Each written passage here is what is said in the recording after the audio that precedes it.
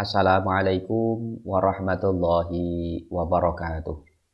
Apa kabar anak-anak sekalian? Semoga semuanya dalam keadaan sehat walafiat dan tetap semangat dalam belajar sehingga tetap menjadi solih dan solihahnya ayah dan bunda.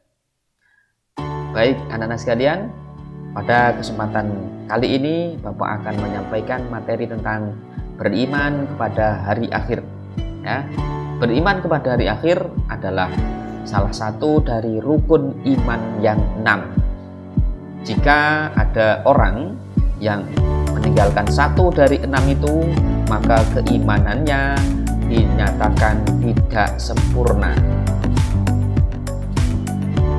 Kompetensi dasar pada pembelajaran kali ini adalah memahami makna iman kepada hari akhir berdasarkan pengamatan terhadap diri, alam sekitar, dan makhluk ciptaan Allah.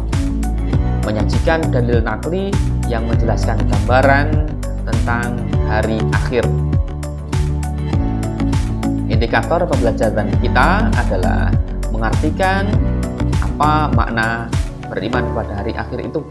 Kemudian yang kedua adalah membedakan hari akhir dengan fenomena diri, dengan alam sekitar, dan dengan makhluk Allah Subhanahu wa Ta'ala. Kita lanjutkan anak-anak sekalian. Akhir-akhir ini negara kita banyak sekali diuji oleh Allah dengan berbagai macam musibah. Musibah yang ada di darat, musibah yang ada di laut, dan musibah yang ada di udara. Contohnya ada banjir bandang, kemudian ada tanah longsor, kemudian ada lagi gunung meletus di mana-mana, ya, mulai dari Pulau Jawa, Pulau Sulawesi, Pulau Sumatera ada.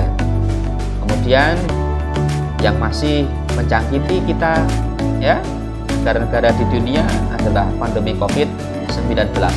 Naudzubillah min dzalik. Semoga semuanya tetap sehat. Nah, tentunya keterkaitan dari bencana alam dengan kiamat apa?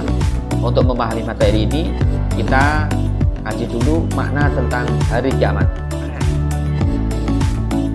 Hari kiamat atau hari akhir itu bisa bermakna kehancuran alam, hari akhir dari alam semesta ini, kemudian matinya semua makhluk hidup, kemudian kebangkitan kembali makhluk yang sudah dimatikan oleh Allah. Nah, kebangkitan kembali sudah guncangan yang dahsyat. Al-Quran banyak sekali menyebutkan tentang peristiwa kiamat. Sebagai contohnya adalah Quran surat Al-Hajj ayat 7. Kita baca dulu anak-anakku sekalian. A'udzubillahi minasyaitonirrajim. Bismillahirrahmanirrahim. Wa annas sa'ata atiyatun la raiba fiha wa annallaha yab'atsu man fil qubur. Artinya, dan sungguh hari kiamat itu pasti datang, tidak ada keraguan padanya, dan sungguh Allah akan membangkitkan siapapun yang ada di alam kubur. Pada surat Al-Hajj ayat 7 ini Allah menjelaskan kepastian tentang hari kiamat. Jadi tidak boleh diragukan, tidak boleh kita itu bertanya-tanya kapan kiamat, masa kiamat apa terjadi. Artinya kita sanksi akan kiamat itu. Jelas ini firman Allah, maka tidak boleh kita meragukan akan terjadinya hari kiamat itu.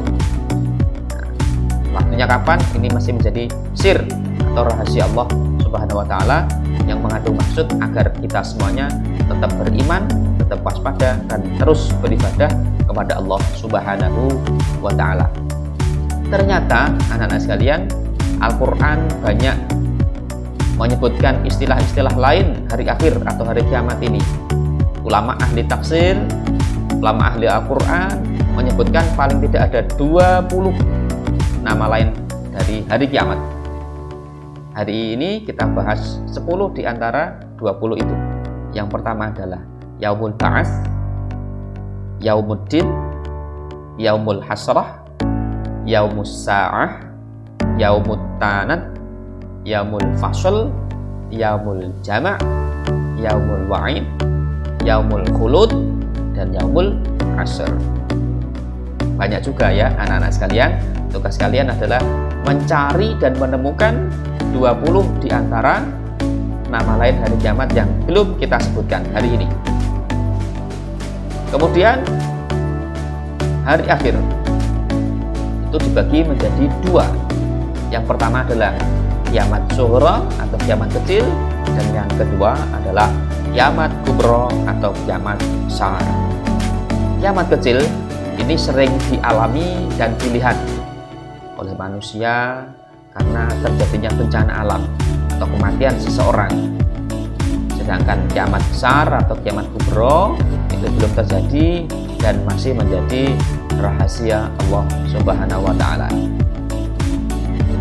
Nah, kemudian kiamat dan bencana alam, bedanya di mana?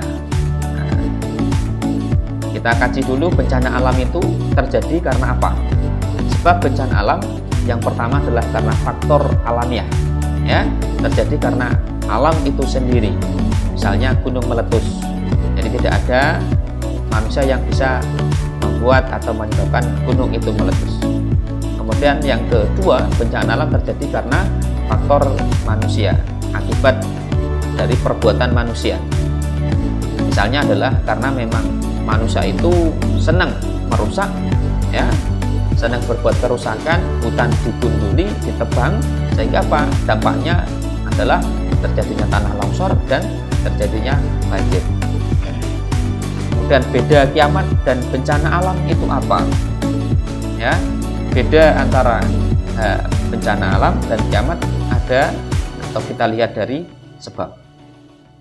Sebabnya ada 2 kalau bencana alam. Yang pertama karena faktor alamiah, dan yang kedua karena faktor ulah manusia. Sedangkan kiamat sebabnya adalah karena memang Allah membangkitkan kiamat itu. Ya. Yang kedua, dilihat dari sisi waktunya. Bencana alam terjadi sering dan berkali-kali di berbagai belahan dunia. Tapi kalau hari kiamat ini terjadi 1 kali, dan ketika terjadi maka tidak akan terjadi lagi. 1 kali kerusakan karena kiamat, kemudian Allah akan memproses manusia berikutnya. Nah, proses berikutnya ini bagaimana setelah kiamat itu akan kita bahas pada pertemuan selanjutnya. Itulah anak-anak sekalian pokok bahasan kita pada kesempatan hari ini, yaitu yang pertama adalah makna beriman kepada hari akhir, dan yang kedua adalah istilah hari akhir.